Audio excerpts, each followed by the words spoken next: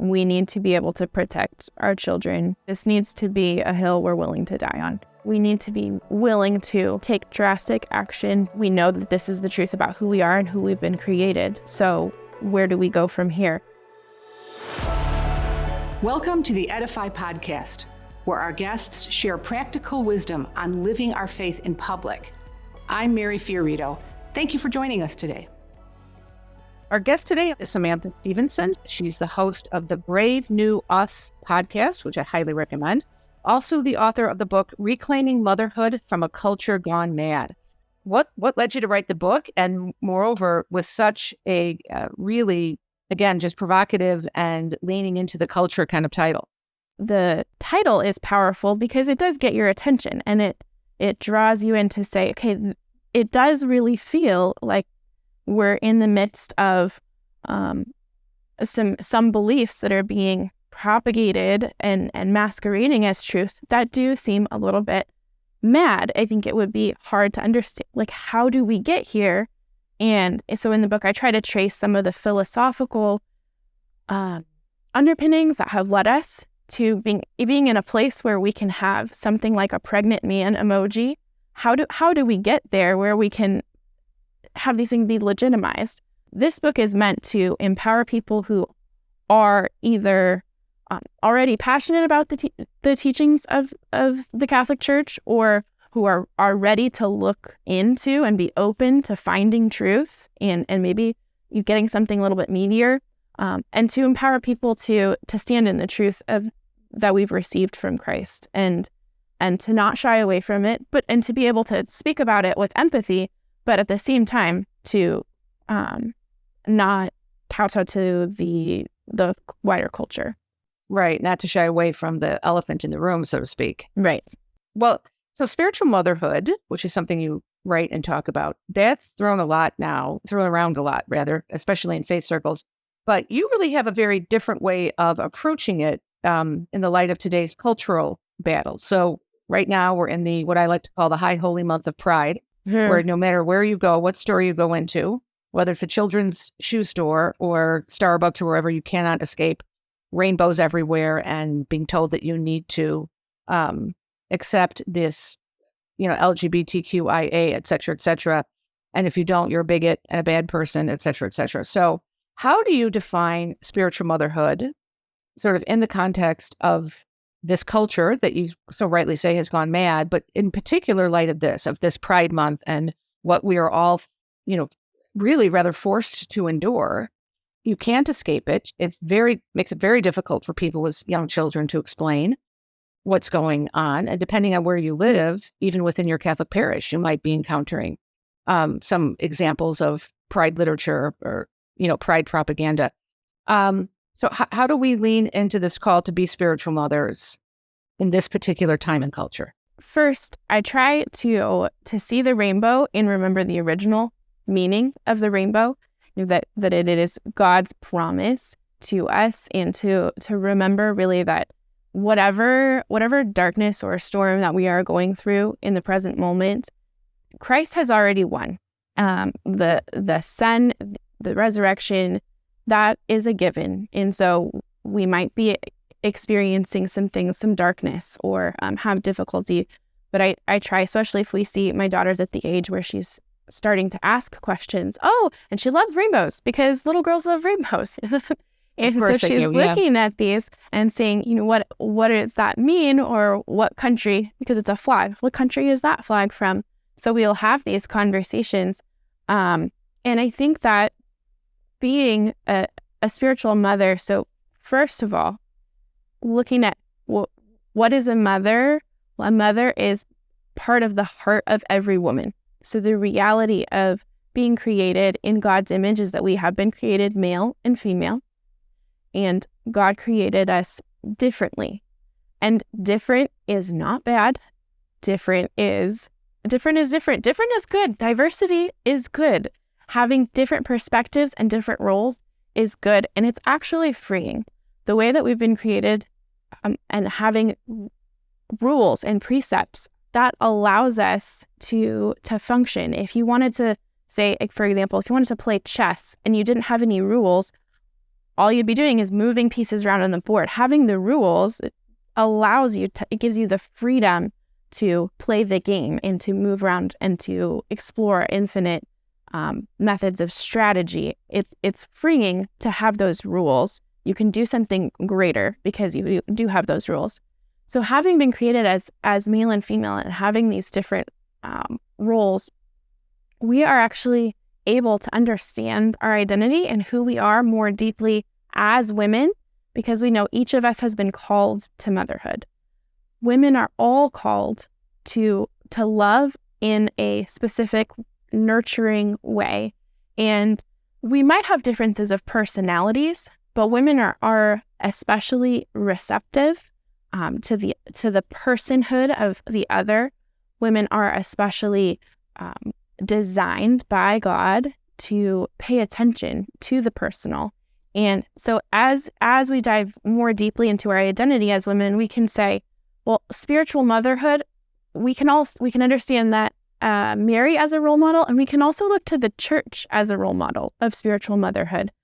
If you read any of the church documents, you'll see that the church is the bride of Christ. And so the church will be called she in the church documents. And when we look at that, we can understand these rules that the church gives us in a motherly way. And in the same way that if you're a mother or a father, I would hope, quite frankly, watching a kid run out in the middle of the street and there's a bus coming, you're going to go out on the street and you're going to grab the kid. And it doesn't matter whose kid it is. You're not going to say, I don't want to step on anybody's toes by telling them that their child shouldn't be in the street.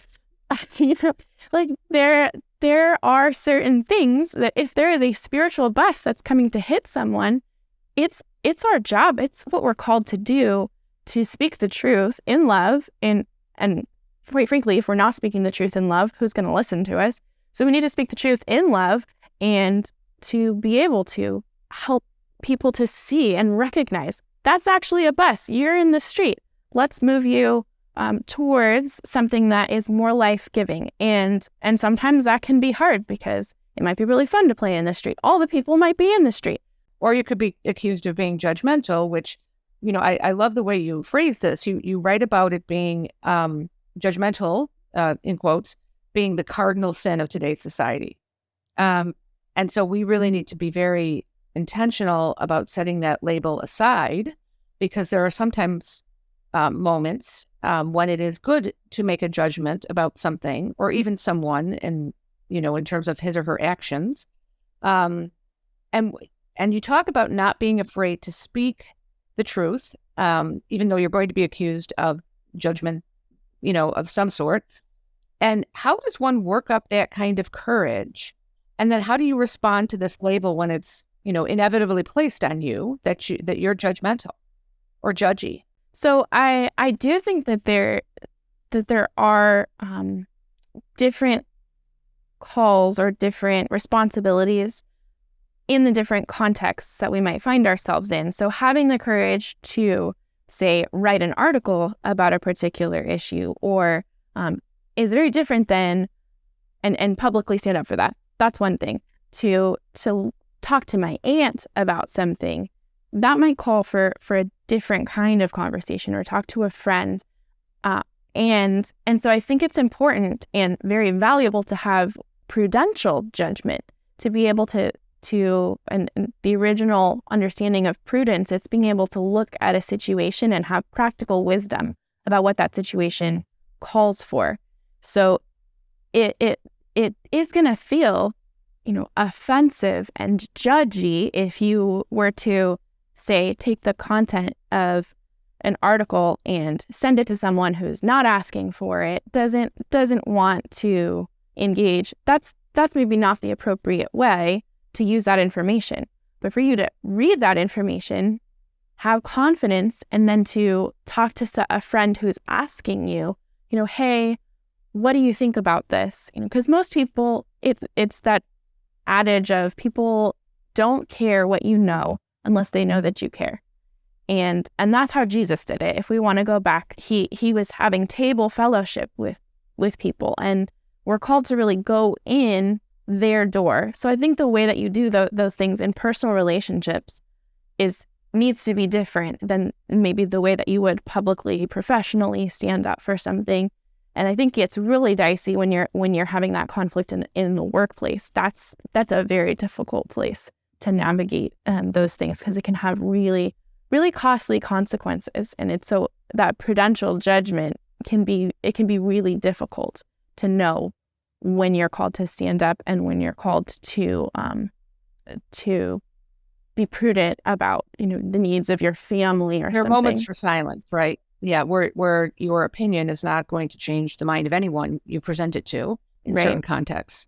And it's like what Mother Teresa said, you'll convert more people with your actions than you will with your opinions. Exactly. So your book also delves into some of the social and media trends that threaten to dismantle the family. And then you also go into some of the medical trends that really do threaten the family structure. So what are the most common of those trends? And what's the most threatening of all of them? Probably one of the most common trends that I see across the board is the use of reproductive technologies in IVF, and it's becoming more and more common. And that's another one that's really difficult to talk about, because people are desiring a child, and that the pain of infertility is very, very great.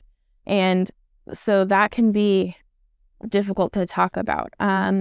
What I think is the most threatening is some of these technologies that are on the horizon, or that are being the experimental things that are being done with nascent human life. So embryonic and fetal tissue research, things that are nefarious and sinister, and that we won't know about because it's going to stay hidden, that don't necessarily, there's not regulations on private research, so will be happening, quite possibly are already happening, and we won't have a say in it as a human community. And if once those things become embedded in the framework of our culture, as abortion did, turning back the tide is going to be more and more difficult. And so, for example, if you want to talk about, there are people who feel very strongly called to opt out of vaccines that are in any way associated with stem cells, fetal tissue. And at the moment, at least, the widespread use of them is fairly limited to vaccines. Those kinds of research are going to become embedded in medicine to where there will not be options to opt out. Right now, there used to be more options to opt out of those kinds of vaccines. You used to be able to say, I don't want this brand of vaccine. I want less and less is that a possibility. And they're using it to study everything from diabetes to macular degeneration, different things. Eventually, that will be the status quo. And so I think right now is a really important time for us to be paying attention to how are these medical advances coming to us, because we want to be able to opt out and to continue to opt out. And if the only research being done is that type of research, eventually we will not be able to. So is that what you mean then when you say that reproductive science is different from other sciences that are morally neutral? Is that what you're getting at, that these reproductive sciences are kind of have at their core or can't be valid from the get-go because of the way in which they come about, which is necessarily using fetal stem cells? That is part of it, but I actually think it's more relational than that, and it's more about the idea of who the human person is. And so what has happened with the sexual revolution is that we've really seen the breakdown of marriage as the foundation of families. And I think that what is happening with reproductive technologies is parallel to that. It's the breakdown of the relationship between parents and children. And it's paradoxical, because you think, well, this is another way to obtain a child, so it's helping more people to become parents. So wouldn't that be helping a parent-child relationship? But if we look philosophically at what it's doing, it severs our idea or our concept of motherhood. We have the word mother almost doesn't mean anything anymore because you have the gestational mother, who might be different from the biological mother, who might be different from the social mother. And so it's slowly eating away at the way we think of what it means to be parents, what it means to be family. But as we commodify women and children further, we're less able to see them as persons unto themselves, as gifts from God, and more geared towards seeing them as products. So these things will change the way that we understand and image God as we are called to image him as Trinity, as family, as relationship and community.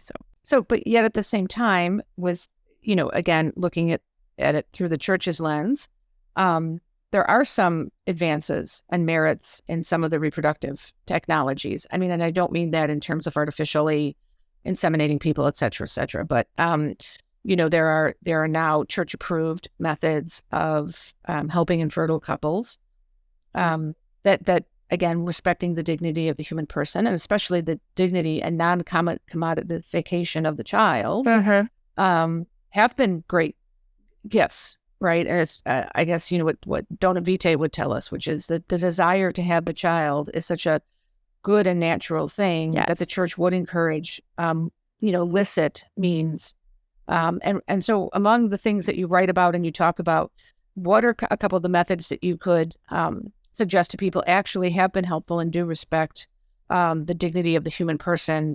Yes, absolutely. So I would hope that every woman would know about NAPRO technology, which is a medically and scientifically studied way of understanding the female cycle, and actually open up amazing ways to heal anything that might have gone wrong within the female body, to be able to actually heal some of the things that the pill is sort of a panacea for any women's complaint. The pill masks actual health problems, and that's part of the danger of it, isn't it? That it, rather than it treats symptoms and it doesn't treat the root cause. It does. And so in the same way that NAPRO technology can help with women's health issues, in that way it can help heal some of the things that prevent conception, that make it difficult for women to become pregnant. And the problems are not necessarily always on the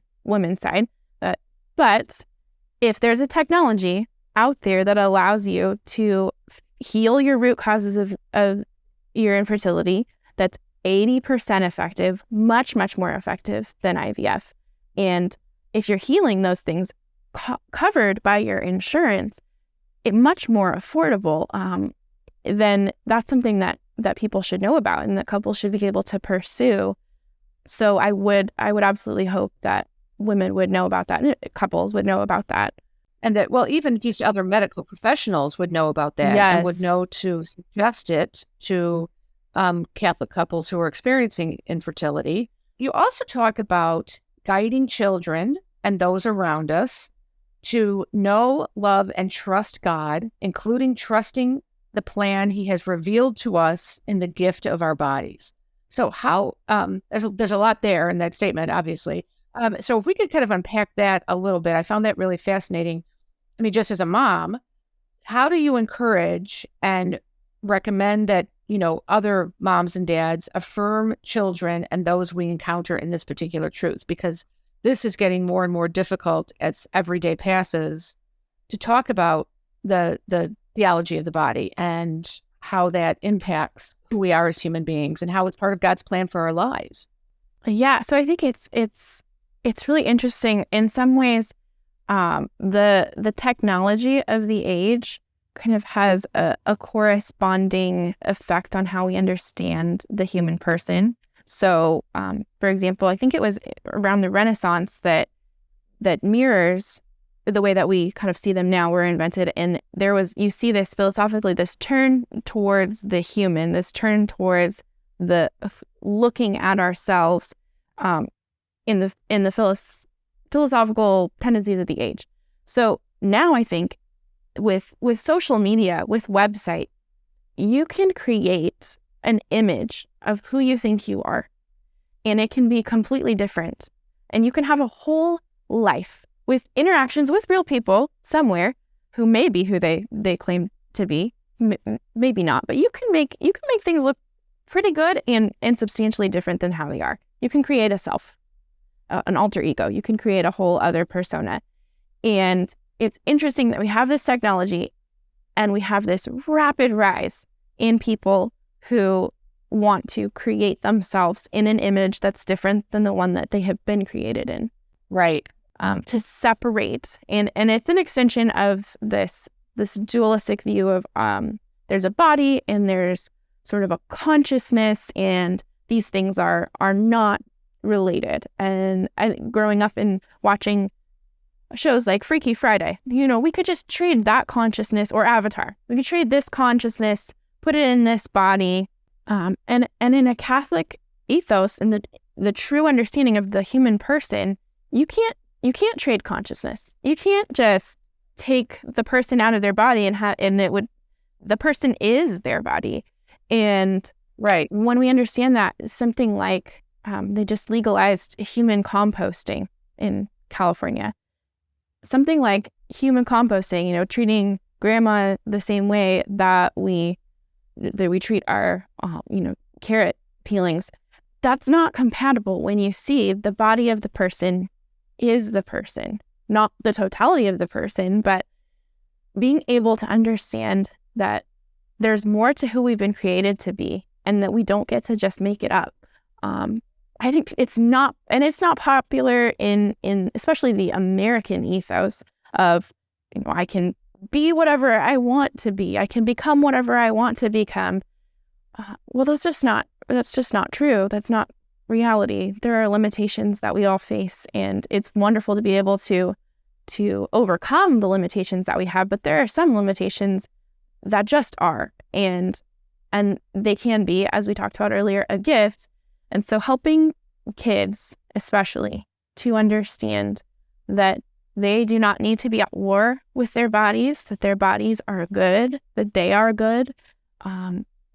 It's strange to think that we've gotten from a cultural message of trying to get, especially young girls, to appreciate and to take care of and to love the bodies that they've been given, even if they don't match this or that image. How have we gotten from that to selling chest binders at Target? Where there's such a disconnect there. Before we get to the next question, I just wanted to ask you, wherever you're listening to this podcast, please take a moment and leave us a review. That would really help us out. And if you're not subscribed, go do that as well, so that you don't miss out on any future conversations with us on the EDIFY Podcast. Again, we're in this Pride Month where it initially was a way for gay men and lesbian women to sort of assert their right to exist peacefully in a pluralistic society. And now it has, devolved into every single kind of, creation and combination of people and genders and everything else that you can imagine. And it's quite frightening in terms of the way that parents are being sidelined in conversations that involve their own minor children. And so now, we know that Planned Parenthood and the Biden administration, so never a good combination, are pushing this kind of medical transitioning for children as safe and essential, despite countries in Europe, which seem to be ahead of us in this regard, like the UK and Sweden, who are outlawing the procedures based on the medical and psychological risks to the child. So what would be, what's your response as an American citizen and as someone who is living in a country where we continue to push this, despite the evidence that's coming out about how dangerous it is? I mean, in terms of every sort of medical danger you can possibly imagine, not even looking at the psychological damage yet, just the medical damage. And other countries, again, like UK and Sweden, which are starting to ban this for minors. How do you, as a Catholic mom, hope to take some kind of public stand against this? And what would you recommend to, again, any of our listeners who just want to try to do the right thing and make a difference somehow if they can on this particular issue? Yeah, this is one of those topics that I think this needs to be a hill we're willing to die on. We need to be able to protect our children from these kinds of life-altering, life-endangering, fertility-stealing procedures. Children at these ages are not capable of understanding the permanent changes and the damages that will come to them. And if you look into the science in a non-political way and look at what are some of the things that people who have been through this, detransitioners, they have done they've been there, they've done it. What are they saying? Do their suicide rates improve after transition? No. Even for the adults, it actually gets much, much, much worse. These are not helpful treatments, and that's why countries that are catching on are banning these things for minors, because it's one thing to tell an adult, it's your body, your choice, but it's an entirely different thing to tell a child who's not capable of, is not at the age of reason or not capable of seeing far enough down the line. It doesn't have a fully developed frontal lobe. No, not a fully developed anything. I mean, I'm paying, auto insurance on 2 teenagers right now, and it is significantly higher than what it is when they turn 25, right? Because they are notoriously impulsive and don't necessarily have good judgment. What do you think? So Abigail Shrier wrote this book on this subject, Irreversible Damage, where she contends that this is a social contagion. And again, she has no objections to adults transitioning at all. She's not Catholic. She does not approach this from a faith perspective, but she likens it to the social contagion that we saw, when I was in high school in the 80s, when anorexia was something of a social contagion among adolescent, mostly girls, but also some boys. And she said there's some real similarities there. How do you respond to that? I wholeheartedly agree. If you want to look back at other issues there in I believe it was the 1600s, there's something called the glass delusion, where people, famous people, because they made it into the history books, thought that their bodies were made of glass or made of ceramic material, or one sufferer thought that she had swallowed a glass horse and was trying not to be broken. One of them was a king, and I'm forgetting which king it was, but he demanded he had the special clothing made that was extra cushiony because his body would break. And they genuinely believed that there was something wrong with their body, and that it was incumbent upon other people to treat them in a particular way because something was wrong with their body. I mean, that sounds familiar to us today.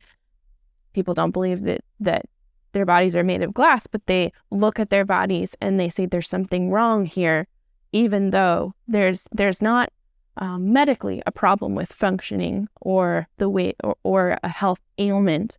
It's a psychological way of experiencing reality that doesn't jive with the way that they have been made. And I think we can see that there's something here that's spreading, and we're able to access information in a way that, I mean, who knows how the glass delusion would have turned out if everybody had been able to post about their glass delusion at that time, Well, then what are some things that you would recommend that we can do to rebuke this lie in a loving way, bringing truth and mercy to people? And I don't even mean just people transitioning, but just, sort of your average, even within your own parish. I think many people are finding that the Catholic school community, there are people who believe in this gender myth and this gender ideology lie. How do we approach this, and how do we rebuke it, but in a way that doesn't drive people away, but that has us being some kind of influence with the truth that we know through the church and through logic and science? Yeah. Well, I think anytime that you are going to be proclaiming the truth, there's going to be a contingent of people who will be driven away. That was true for Jesus, and like Peter, we have to say, Lord, to whom shall we go? You have the words of eternal life. And Jesus advised his disciples as he sent them out 2 by 2, if people are not going to receive you, shake the dust off your feet, go on to the next.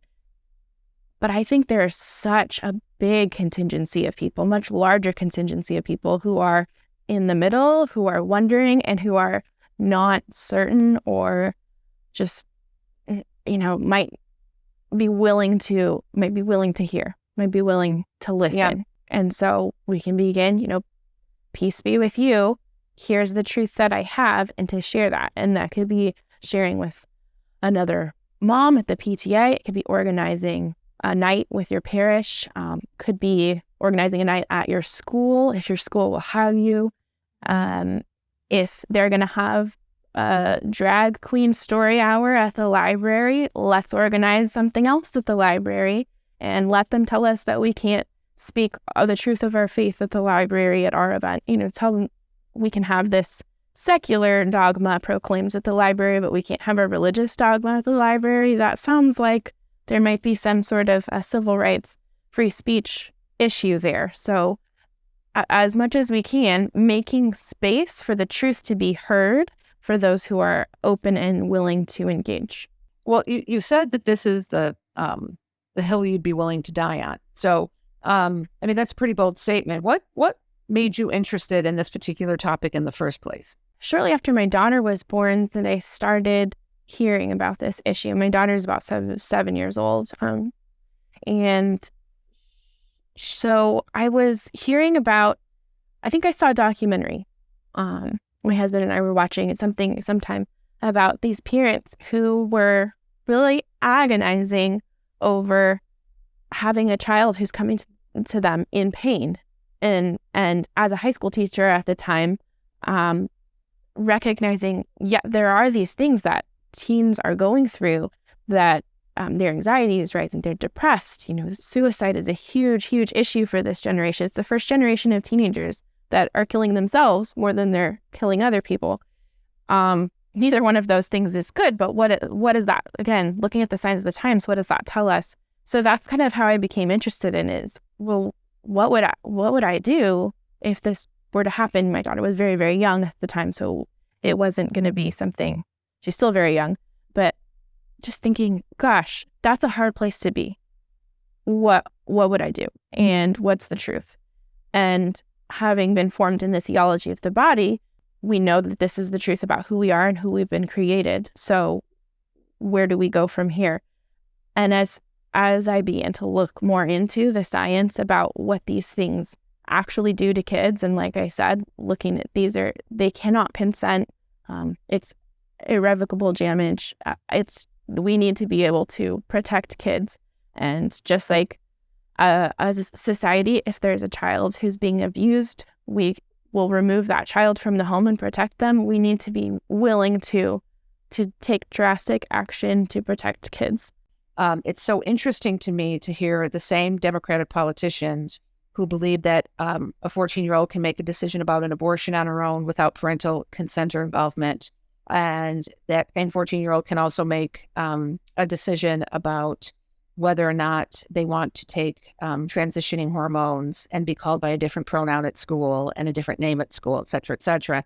Yet the very same politicians are saying, oh, but we can't try them as adults because the frontal lobes of their brains aren't developed yet. And so they clearly don't understand long-term consequences for behavior, which is one of the primary arguments in these revising sentencing guidelines for juveniles and for minors, because the part of the brain that best understands consequential behaviors isn't developed until they're 25 if they're male, and a little bit younger if you're a female. So this really interesting doublespeak that you're hearing, it just drives me crazy. But you try to bring that up, if we're talking about transitioning, and then, right, the labels come out and the accusations come out about you being judgmental, et cetera, et cetera. Why is it, do you think, that we can't have consistent conversations about what exactly adolescent brain development is? Gosh, you're right. There's so much cognitive dissonance there. And part of being able to genuinely, honestly seek the truth is to, if you see two things that don't match up, you need to resolve that. And people who are presented with these two truths, quote unquote, that don't make sense together, it makes people uncomfortable. And if we have enough self-awareness, we could say, oh gosh, this is making me uncomfortable and I don't understand why. Or we can look at it and say, oh, it's because these two things don't make sense together. And therefore, the next step is to, how do I resolve this apparent contradiction?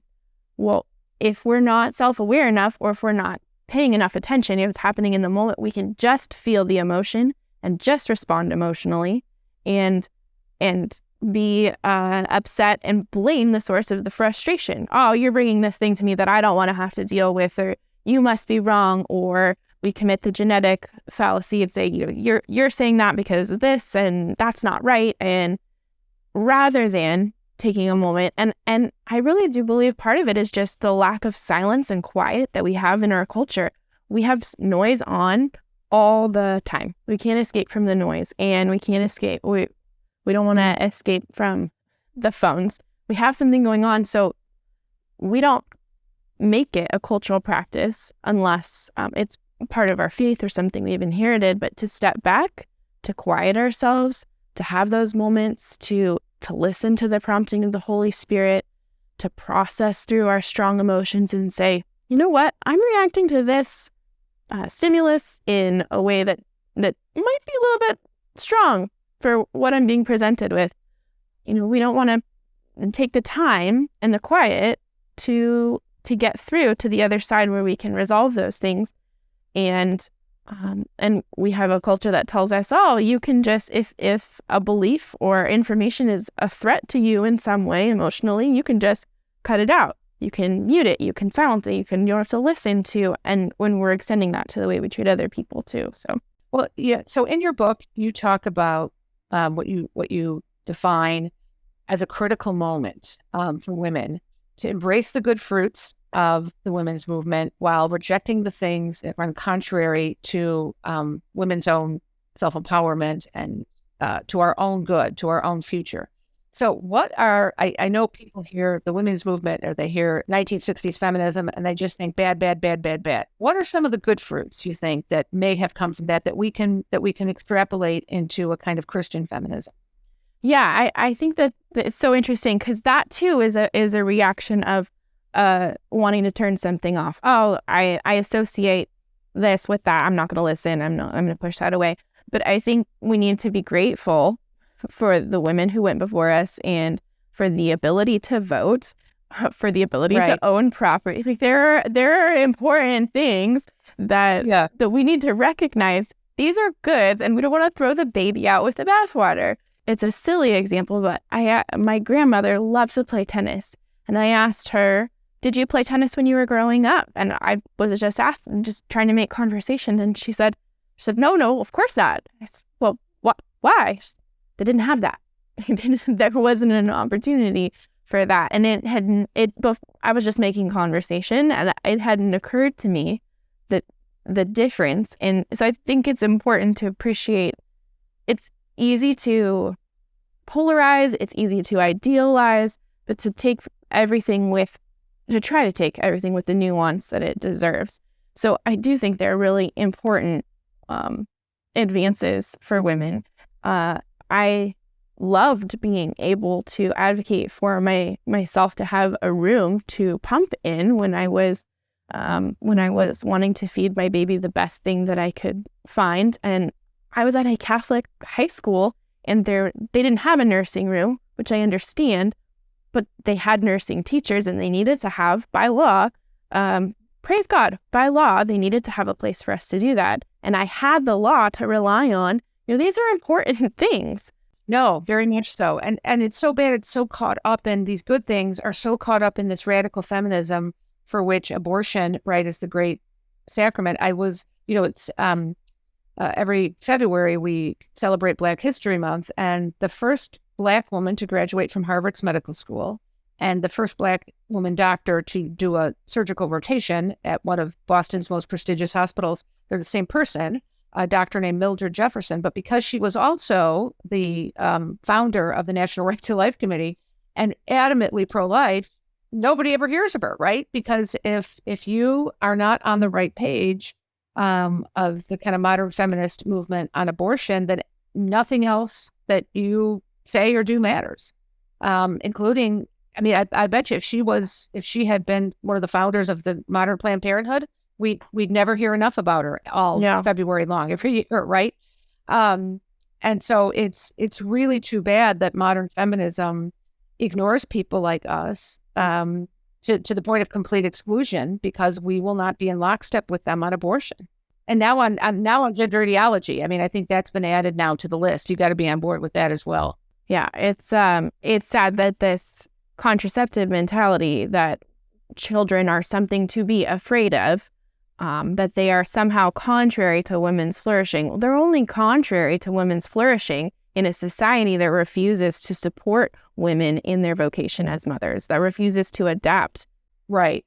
And who is unwilling to look at things like hormonal contraception objectively and say, wait, maybe this isn't a good thing. I thought one of your podcast episodes where you talk about the harms of hormonal contraception, it's really interesting. This is things that we have been saying all along, right? That no, this completely changes who you are as a person, so much so that you'll choose the wrong mate if you're on hormonal contraception long enough. Right. Yeah. The changes are unbelievable. And the lack of awareness or the willingness to overlook them when those changes are happening to women, because they have tried to develop similar hormonal and non-hormonal medications that render men infertile, and men won't take them because of the side effects. I saw that the New York Times had this big story. I think the big study, they were working on some male hormonal contraception, and 3 men out of 1,000 complained. And so they canceled the study altogether. But women have been putting up with the side effects of hormonal contraceptions, some of which are quite serious medically. And, we are apparently supposed to be sexually available to men no matter what it costs our mental health, our physical health. Well, Samantha, just as we kind of wrap up, you talk about how, as a young woman, you loved books. I'm a kindred spirit with you in that regard. And I think so many young women take people that they meet through literature, especially female characters that they meet through literature, as sort of role models in life. I mean, the impact, I know that good literature, usually written by women and involving young female heroines, really stayed with me through a lifetime. I think a lot of people point to Laura Ingalls Wilder's books and Laura and Mary and how determined they were, et cetera, et cetera. But I was a very big fan of A Tree Grows in Brooklyn by Betty Smith. And in fact, I have a daughter named Frances, in part for the main character, Frances Nolan, who is one of my all-time literature heroines. So I just wanted to ask you, now, you're a mom, but who are the heroines of literature that inspired you when you were a young girl? One of the most profoundly impactful books growing up for me was East of Eden by John Steinbeck. And he writes it's a beautiful, epic book, take you 1,000 years to read it. But the idea in there is he writes about the radical freedom of the human person morally, and there's this word from the Hebrew, timshel. And I think that word, it means thou mayest, and it's the freedom to be, to choose to be who God has created us to be, or to walk away. And it's that freedom that's the foundation that allows us to actually love, because it's not love if you can't say no. It's just being a robot. And so I think that has resonated with me, and so maybe I'm not the typical female of like looking at a particular role model, but I love fiction for that reason, that it allows us to explore the meaning of life in all of its shades of gray and ambiguity. And so I love that about literature. And so I don't know that there's one heroine. You get these characters who maybe they have the same awkward reaction to stuff that you have, or maybe they've had, something that happens to their school uniform at their school that's totally mortifying. Just the way that I think girls respond to those kinds of, characters and see them, really as helping them sort of get through difficult times. I think maybe, I can't imagine it's that different for boys, but I think for girls, we personalize it in a way. I think it's probably true across the board.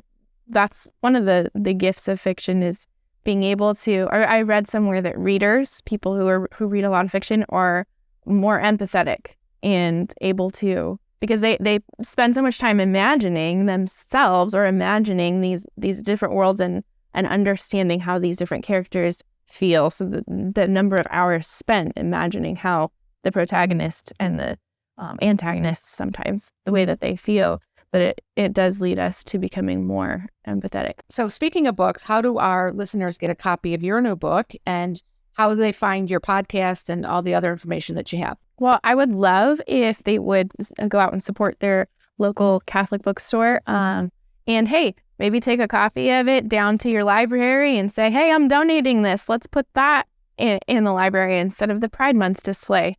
That would be great. Or they could also find it at the publisher R. Visitor at Amazon, Target, BarnesandNoble.com. Those are a few of the places that it's available. And what's the address for your podcast and your website? Yeah, so the podcast is Brave New Us. You can look that up on any podcast player, whichever you preferred, or you can head over to mamapraise.com or faithandbioethics.com. We have a newsletter, Substack newsletter, on different medical technologies and the way that they're changing the shape of who we are. Well, terrific. Well, Samantha Stevenson, it's been a real pleasure and joy speaking with you today. Thank you. Thank you for listening. To make it easier for you to listen to future EDIFY Podcast episodes, please make sure you subscribe over at Apple Podcasts, Spotify, or wherever you listen to your favorite podcasts. Thank you.